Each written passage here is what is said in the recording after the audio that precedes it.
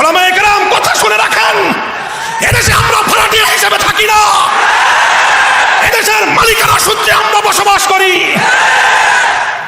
আমার এই কথা শুনে একটা গল্প মনে পড়ে গেল। কয়েকদিন আগে এই যে জিঞ্জিরায় ওই কেরানীগঞ্জের এক মসজিদের ইমাম একদিন এসে আমাকে বলতেছে যে হুজুর, আমার এক মুসল্লি আছে, একদিন এসে আমারে কয় কি আপনার কথা, আগে তো আপনার নাম শুনে নেই, এই গত 1-1.5 মাস মামুনুল হক খুব শুনতেছে। তো আইসা আমাকে খুব বলতেছে যে মামুনুল হক সাহেব এমন ভাবে কথা কয় মনে হয় যে দেশটা ওনাদের, খুব একটা অভিযোগ নিয়ে। তো লোকটা ইমাম সাহেব বলল যে দেশটা ওনাদের মনে হয় ওনার কথায় না? কয় হ্যাঁ মনে হয় যে দেশটা ওনাদেরই। কয় আপনি মামুনুল সাহেবের পুরা বয়ান শুনছেন? কয় না, 2-4টা কথা শুনি, এমন গরম গরম কথা বলে মনে হয় দেশটা ওনাদের।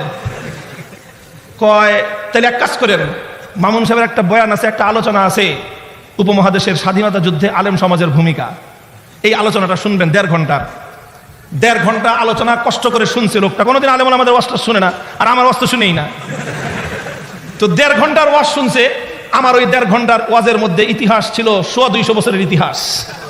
আমার এই 1.5 ঘন্টার আলোচনা ইতিহাস ছিল যখন গোটা ভারতবর্ষকে ইংরেজরা গোলামীর জিঞ্জিরে আবদ্ধ করেছিল, সেই ইংরেজদের নাক পাশ থেকে বন্দিত্ব থেকে মুক্ত করবার জন্য সর্বপ্রথম যেই আলেমের অগ্নিঝরা কণ্ঠে স্বাধীনতার ঘোষণা উচ্চারিত হয়েছিল, সেই নেতা কোন নেতা ছিলেন না, সেই ব্যক্তি কোন রাজনৈতিক নেতা নেত্রী ছিলেন না, তিনি ছিলেন একজন আলেম, তিনি ছিলেন উপমহাদেশের সর্বশ্রেষ্ঠ হাদিস বিশারদ শাহ আব্দুল আজিজ মুহাদ্দিস দেহলভী রাহমাতুল্লাহি আলাইহি, যিনি ফতোয়া দিয়েছিলেন।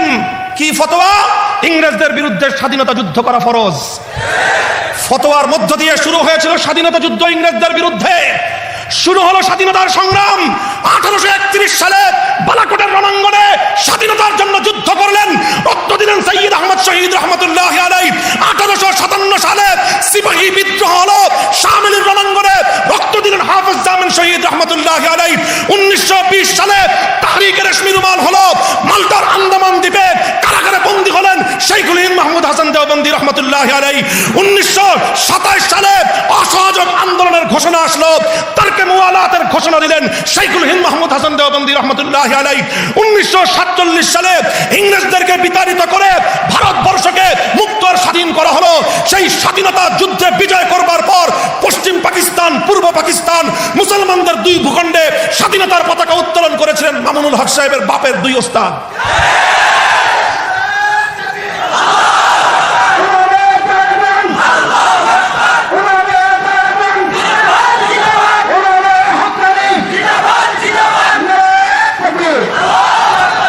পশ্চিম পাকিস্তানের পতাকা উত্তোলন করেছিলেন সাব্বির আহমদ ওসমানী রহমতুল্লাহি আলাইহি।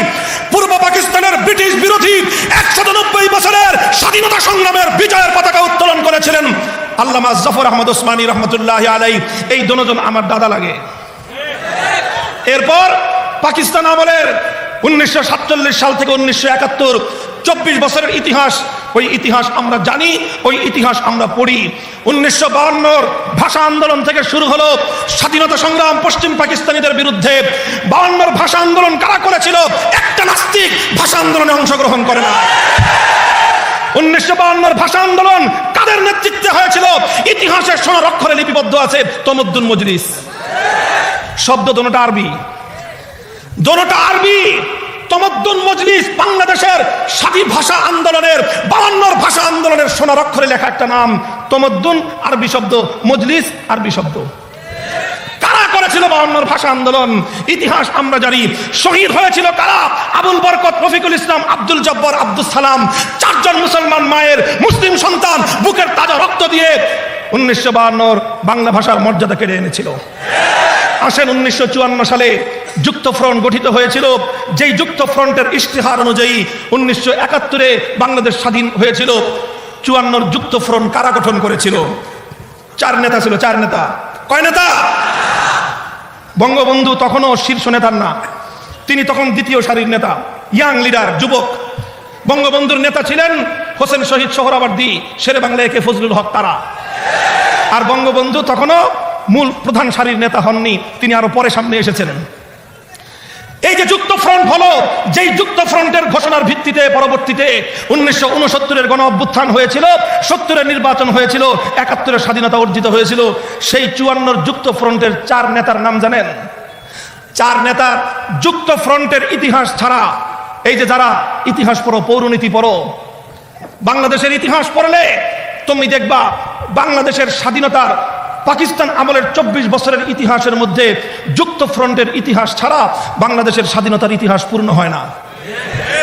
যুক্ত ফ্রন্ট কি হয়েছিল? যুক্ত ফ্রন্ট কি জিনিসের নাম? বাংলাদেশের 4টা দল পূর্ব পাকিস্তানের ঐক্যবদ্ধ হয়েছিল। 4 দলের 4 জন নেতা ছিলেন। কারা ছিলেন তারা? 2 জন মিস্টার, 2 জন মৌলভী। 2 জন মিস্টার, কথা বলেন না কেন? 2 জন মিস্টার, 2 জন মিস্টার, 2 জন শেরে বাংলা একে ফজলুল হক, হোসেন শহীদ সোহরাওয়ার্দী, 2 জন মিস্টার, 2 জন মৌলভী, মৌলানা আব্দুল হামিদ খান ভাসানী, হযরত মৌলানা আতহার আলী রহমতুল্লাহ আলাইহি। আতহার আলী কে চিনো? আমার দাদা। মৌলানা আতহার আলী আমার বাবার ওস্তাদ। মৌলানা আতহার আলী আমার শায়েখ মৌলানা আশরাফ আলী সাহেবের ওস্তাদ। তাহলে 1954 যুক্ত ফ্রন্ট করলো আমার দাদাই। সেই যুক্ত ফ্রন্টের মাধ্যমে বাংলাদেশ স্বাধীন হলো। দুঃখ লাগে আজ বাংলাদেশের পৌরনীতিতে হোসেন শহীদ সোহরাওয়ার্দীর নাম পাওয়া যায়, শেরে বাংলা একে ফজলুল হকের নাম পাওয়া যায়, মৌলানা আব্দুল হামিদ খান ভাসানীর নাম পাওয়া যায়। সোরার দল আমার দাদা মৌলানা আতহার আলীর নাম কেটে দিয়েছে।